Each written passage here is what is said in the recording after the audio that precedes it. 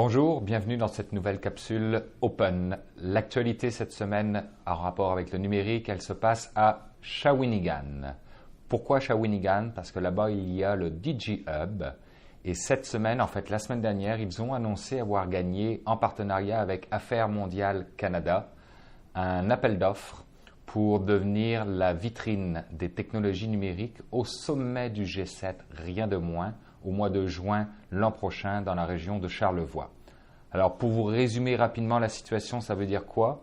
Ça veut dire que le DigiHub de Shawinigan va être responsable de regarder comment les technologies numériques peuvent aider au sommet du G7 et surtout va être responsable de monter la vitrine technologique de ce qui se fait en matière de numérique et d'innovation de mieux au Canada pour le montrer aux 2500 à 3000 journalistes qui vont être présents dans la région de Québec et dans la région de Charlevoix et pour le montrer au président.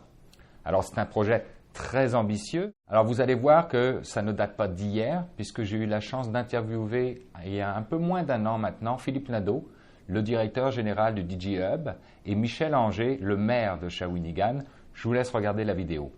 Alors en 2030, je ne serai plus maire de la ville de Shawinigan, très certainement. Mais on s'était donné un plan de croissance ici, au DigiHub en particulier, échelonné sur 3 à 5 ans. Je vous dirais qu'après 2 ans, on est déjà rendu au cap du 5 ans qu'on espérait à ce moment-là. Alors, tout est permis. Quand on est en train de réfléchir à se dire, est-ce qu'on va éventuellement manquer de place quand on parle de 140 000 pieds carrés ici, qui est presque plein à pleine capacité. Vous comprenez que là, on s'imagine un parc technologique de l'autre côté.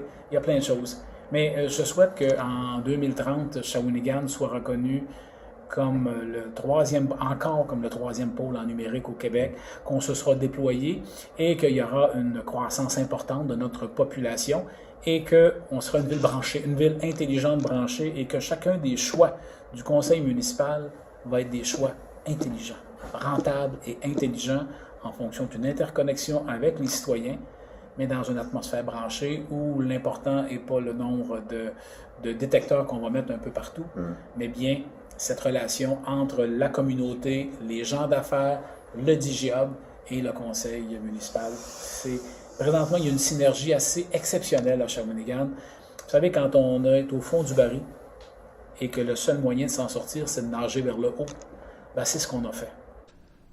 Donc vous voyez que c'est une ambition qui ne date pas d'hier. Maintenant, ce que je pense, c'est que la difficulté ou l'enjeu pour le DigiHub et Affaires mondiales Canada va être de trouver un équilibre adéquat sur l'ensemble des entreprises proposant des technologies de rupture. Ils parlent de vêtements connectés, ils parlent de jeux vidéo, ils parlent d'innovation. Comment faire en sorte que la représentation soit premièrement cohérente dans son ensemble et surtout équilibrée à la fois à travers toutes les provinces et toutes les villes du Canada, puis à la fois équilibrée en matière d'innovation ou de type d'innovation pour certains secteurs. Donc, c'est un grand défi auquel ils vont faire face. Je vous invite à lever la main, à leur signaler votre intérêt à faire partie de cette vitrine-là. C'est important, c'est l'occasion de briller à travers le monde. On parle de 2500 à 3000 journalistes qui vont répéter l'information partout dans le monde, donc c'est important. Donc, levez la main, faites-leur des propositions et si vous avez des idées pour créer cet équilibre cohérent, ben, je vous invite à commenter dans les médias sociaux et à leur faire part de vos commentaires. Donc, je vous remercie beaucoup et je vous donne rendez-vous pour la prochaine capsule la semaine prochaine. Merci.